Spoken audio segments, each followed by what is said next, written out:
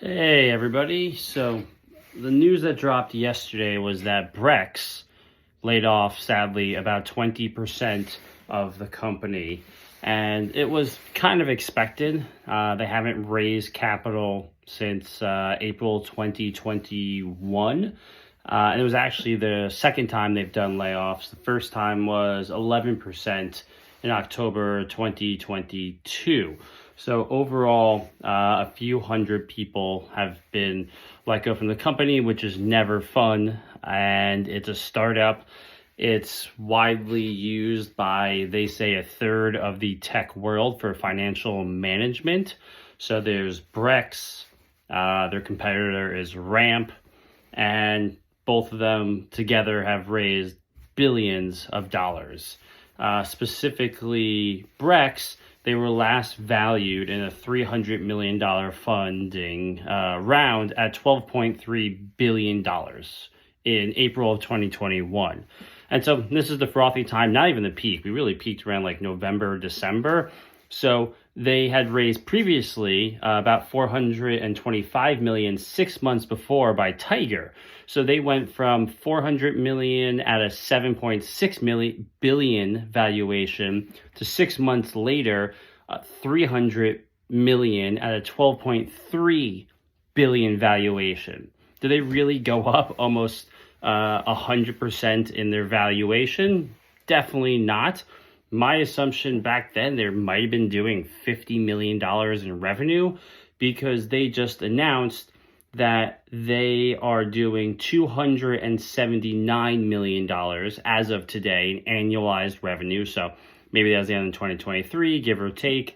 And a lot of this definitely came in the first half of 2023, because if you remember, Silicon Valley Bank, their biggest competitor, the financial banking institution of the tech world, kind of blew up. So if you don't remember that, billions of dollars of startups and VC funds and SMBs all basically got wiped out. That was a whole fiasco. I still can't believe that actually happened, and we kind of just moved on from it. The world thought it was going to be a systemic collapse, but we moved on. It worked. Ramp was definitely the biggest winner out of all of that, where all the money had to go. And so then Brex, Ramp got some of that business, Mercury got some of that business, but it was definitely kind of like you saw in the stocks, went like this, a huge blip, and then probably a little bit more flat, because it pulled demand significantly forwards, but they still never raised capital. So it was probably really good, at least on the balance sheet, and a huge amount of sales and influx and customer service. So maybe they hired a lot from it and kind of just slowed growth, about 30%, which sounds amazing for a normal company, but for a tech company growing 30% and being flat in the second half of the year isn't really too impressive these days. Even as a stock, public stocks, 30% is kind of what you're expecting, and they're at much larger numbers. The main issue is that they are burning almost $200 million a year. About $17 million is rumored per month. And that's just way too much money. They're not generating enough revenue. Their growth perspective is not as pretty as it used to be. And the valuation can never be justified at this point. 12.3 billion in 2021. ZERP, great. Your upward trajectory, you probably went from 10 million to 50 million to 150 million. So the numbers look great, but then growth stalled, more or less. It's kind of like the WeWork problem. Everyone during the WeWork kind of heydays, as member, 200, 300, it was amazing. But everyone said, great, when the music stops, are they going to need office space? Apparently, they were true. But yes, it took a lot of time. It took COVID and other issues for WeWork, also valuation very heavy at 47 billion, to kind of go bankrupt and get delisted after whatever they did in the public markets. Same thing is happening to Brex. They had to get rid of their smaller SMB clients because there were a lot of work, but didn't give them a lot of AUM and revenue. And now when startups, their main kind of funding source of revenue and income, are going away as well. Not only are companies not raising capital, they're going out of business, and maybe they're going to other platforms. So it's definitely a tough time for them. And so we were trying to figure out a little bit of the math. Our kind of fintech expert is Sheil with his fund. And so I was basically saying that they're worth 5 billion max today. And that's being, I think, a little bit generous. That's assuming about 30% growth year over year, so compounding.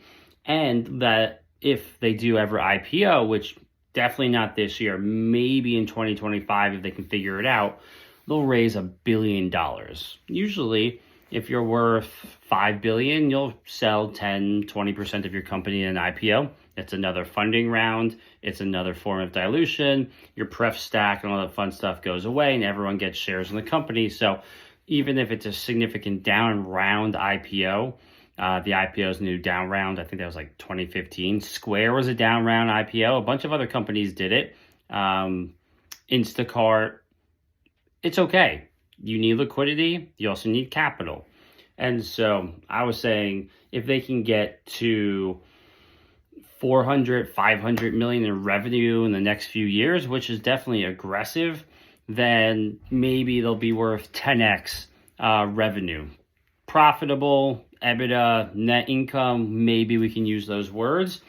But Sheil had this chart that's showing that even the most generous fintech investment right now, at least as a public comp, is a median of 5.7 with the highest out of 12. So if they're doing 3, maybe 400 million, times it by 6, and that's their valuation. So most people are assuming they're worth a few billion today. Still impressive, ridiculous by any means to have a multi-billion-dollar company. But we got crazy. They were overvalued.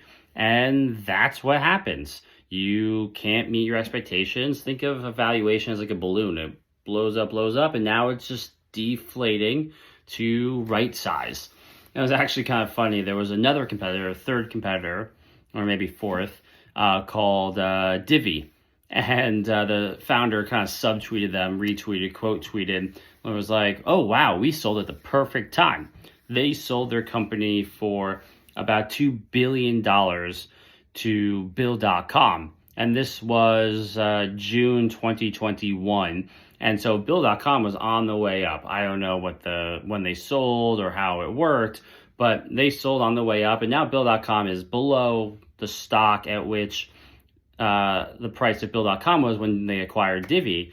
But Divvy's last valuation, I think, was like 1.2 billion. So last investors almost basically doubled their money. If they got stock or cash, everyone did great, which basically comes back to startups not only are ridiculously hard, but then you also have to be very precise with your timing. We know a lot of companies have passed on lucrative acquisitions.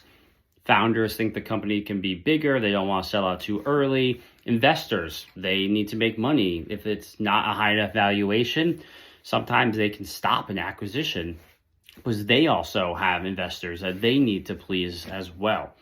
And then luck.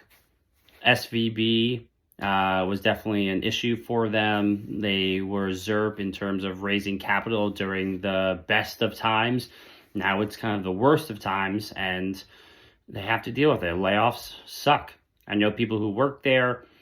They've sponsored a lot of events. They help a lot of founders. I have no allegiance. I don't use it. I don't know what my investments use. Brex, Ramp, Mercury, SVBs, Citizens Bank, First Republic. I'll name them all. My background isn't in fintech, but they are definitely the leader when it came, at least valuation-wise. So it's unfortunately a sad day. There's going to be a lot more of these throughout the year, but just kind of wanted to explain some of the fundamentals or how startup math works and what the expectations are. So if you have any questions, like usual, let me know. And if you've made it this far, I'm not musically inclined. If anybody wants to know, I think it's a Stratocaster and something else. So it's in the tweet somewhere. I appreciate it. Thank you.